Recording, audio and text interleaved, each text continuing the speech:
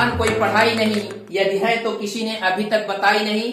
आज हम व्यंजनों के मेल से प्राप्त होने वाले कुछ महत्वपूर्ण टॉपिक जैसे द्वित्व व्यंजन, संयुक्ताक्षर, व्यंजनों को साथ मिलने के कुछ महत्वपूर्ण नियम जैसे विशेष महत्वपूर्ण टॉपिक पर चर्चा करेंगे, जो कि कंपटीशन के लिहाज से बड़े ही महत्वपूर्ण होते हैं। हमारा प्रयास है कि हम आपको अपनी बात अच्छे से समझा सकें। इसके ठीक पहले वाले वीडियो में हमने आपको व्यंजन का प्रयोग दो तरह से बताया था, एक स्वर रहित और दूसरा स्वर सहित। अब जरा ध्यान सुनिए, उसी आधार पर इनको परिभाषित किया गया है। सबसे पहले हम द्वित्व व्यंजन के विषय में बताते हैं कि जब एक स्वर रहित व्यंजन का मेल उसी स्वर सहित यानी समान स्वर सहित व्यंजन से होता है, तब व्यंजन जो होता है वह द्वित्व व्यंजन कहलाता है। जैसे स्वर रहित का मतलब क का स्वर रहित होने का मतलब आधा क, और जब इस क का मेल कैसे ही हो यानी पूरे क से हो, आधे क का मेल पूरे क से हो, इस तरह का जो मेल होता है यह द्वित्व व्यंजन कहलाता है। ठीक इसी तरह से च का मेल च से, इसी तरह से ट का मेल ट से, ल का मेल ल से। तो यह इस तरह से जो यह व्यंजन दोनों के संयुक्त रूप से प्राप्त होते हैं उसे हम द्वित्व व्यंजन कहते हैं। जैसे अगर इनको हम शब्दों में प्रयोग करें तो पक्का, इसी तरह से कच्चा, इसी तरह से मिट्टी, इसी तरह से बिल्ली, इस तरह से बहुत से शब्दों का हम निर्माण कर सकते हैं। अब बात आती है संयुक्ताक्षर की। इससे थोड़ा से अंतर है। जब स्वर रहित व्यंजन का मेल किसी दूसरे स्वर सहित व्यंजन से होता है तब संयुक्ताक्षर बनता है यानी संयुक्ताक्षर कहलाता है। जैसे कोई भी सपोज कीजिए, जैसे आधे स को लिखना है तो आधे स का मतलब यानी स्वर रहित ये हुआ और इसका मेल वह से हो जाए स्व, त का मेल वह से हो जाए आधे त का मेल, यानी यह स्वर रहित है, ये स्वर सहित है। इसमें और इसमें बेसिक अंतर क्या है? इसमें ये दोनों वर्ण समान होते हैं और इसमें दोनों वर्ण भिन्न भिन्न होते हैं, बस यही अंतर होता है। इसी तरह से जैसे इस तरह से ये होता है, प्र होता है, तो इस तरह के जितने भी मतलब व्यंजनों के मेल होते हैं वो संयुक्ताक्षर कहलाते हैं। इनको हम शब्द में भी प्रयोग कर सकते हैं। जैसे आपका अगर इससे हम शब्द बनाएं तो जैसे सपोज कीजिए स्वतः या अस्त, इसी तरह से त्वचा, इस तरह से बहुत से हम शब्द का निर्माण संयुक्ताक्षर की सहायता से करते रहते हैं। आइए हम व्यंजनों को साथ मिलाने के गणित की तरह कुछ महत्वपूर्ण नियम होते हैं, उन नियम पर चर्चा करते हैं। कुछ व्यंजन को जब हम दूसरे व्यंजन से मेल करते हैं तो मेल तभी होता है कि जब पहले व्यंजन को हम स्वर रहित अगर बनाना चाहें, तो अगर हम स्वर रहित बनाना चाहते हैं तो कुछ व्यंजन ऐसे होते हैं जो उनकी खड़ी पाई हटा करके, अब जरा ध्यान समझने वाली बात है कि हमने आपको बताया था हिंदी वर्णमाला में 33 ऐसे वर्ण हैं जो कि मूल व्यंजन कहलाते हैं। इस 33 में 22 ऐसे वर्ण हैं जो खड़ी पाई वाले होते हैं। जैसे आपका ग, घ, इसी तरह से आपका झ, ज, इसी तरह से त, म, न, म, इस तरह से ये कई तरह के जो पाई वाले व्यंजन होते हैं।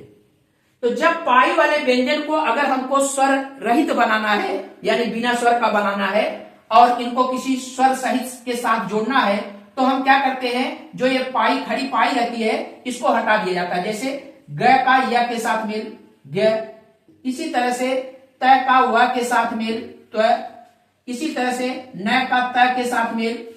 तो कहने का मतलब जब इनको हम संयुक्त रूप से इस्तेमाल करते हैं तो यह खड़ी पाई हटा दी जाती है। तो इस तरह खड़ी पाई हटाकर हम व्यंजनों का मेल करते हैं। जैसे अगर हम इनका शब्द बनाएं तो 11, जैसे इनका शब्द बनाएं तो अंत, इसी तरह से अब बहुत से ऐसे त्वचा, इसी तरह से त्वरित, बहुत से शब्दों का निर्माण हम इनकी सहायता से कर सकते हैं। अब दूसरी बात आती है कि कुछ वर्ण हिंदी वर्णमाला में 2 वर्ण ऐसे होते हैं जिनको अगर हम स्वर रहित बनाना हो तो इनमें घुंडी होती है, उस घुंडी को हटा करके इनको हम स्वर रहित बनाते हैं। अब सवाल यह है घुंडी क्या होती है? तो ये दो ही वर्ण ऐसे होते हैं, क और फ, जिनमें घुंडी होती है। तो सबसे पहले हम घुंडी को आपको बताते हैं।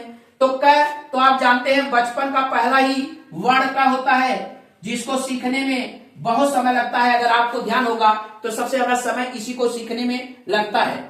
तो इनके लिए कहा जाता है, जिनको सिखाने में जब आने लगे हैं, जरा सोचिए वो पढ़ाई के कैसे कैसे रूपों में आने लगे हैं। कहने का मतलब ये हुआ कि क को जब हमको बताना होता था बच्चों को, तब बड़े बकायदे पहले बताते थे कि गोला बनाइए, एक पाई खींचिए, इसको लटका दीजिए। इसको बड़े बकायदे बनाया जाता है, ये मुर्गी का अंडा, ये सिपाही का डंडा, ये हरिलाल की मूंछ।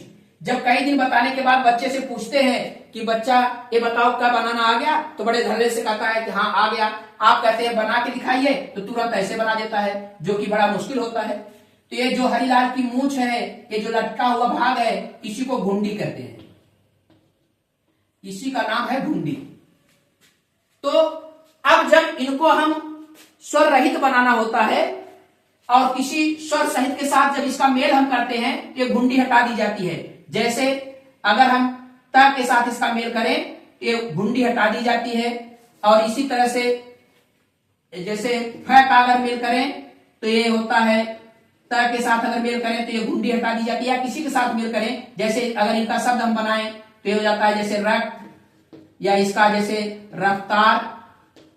इस तरह से बहुत से शब्द घुंडी हटा करके हम इनका मेल करते हैं, इनके मिलने के नियम होते हैं।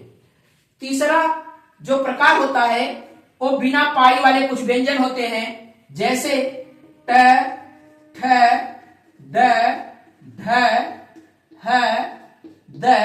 इस तरह के बहुत से व्यंजन जो होते हैं बिना पाई वाले होते हैं। जब इनको हम स्वर रहित बनाते हैं, यानी बिना स्वर का बनाते हैं, और किसी स्वर सहित के साथ उसको जोड़ते हैं, यानी इनका मेल कराते हैं, इनको हम क्या करते हैं, स्वर रहित बनाने के लिए इनके नीचे हलंत लगा देते हैं।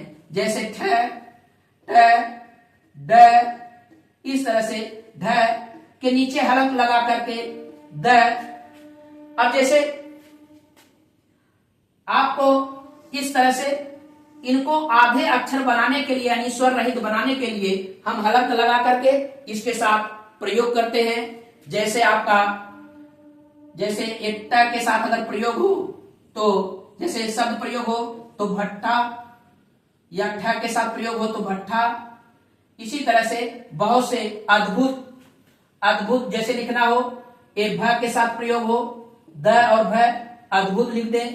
तो इस तरह से बहुत से बिना पाई वाले व्यंजन को हम जोड़ करके संयुक्त व्यंजन बना लेते हैं। तो इनके मिलने के ये नियम हैं। हमें उम्मीद है कि ये वीडियो आपको पसंद आया होगा। फिर अगले टॉपिक में किसी नए टॉपिक के साथ अगले वीडियो में हाजिर होंगे। तब तक के लिए धन्यवाद।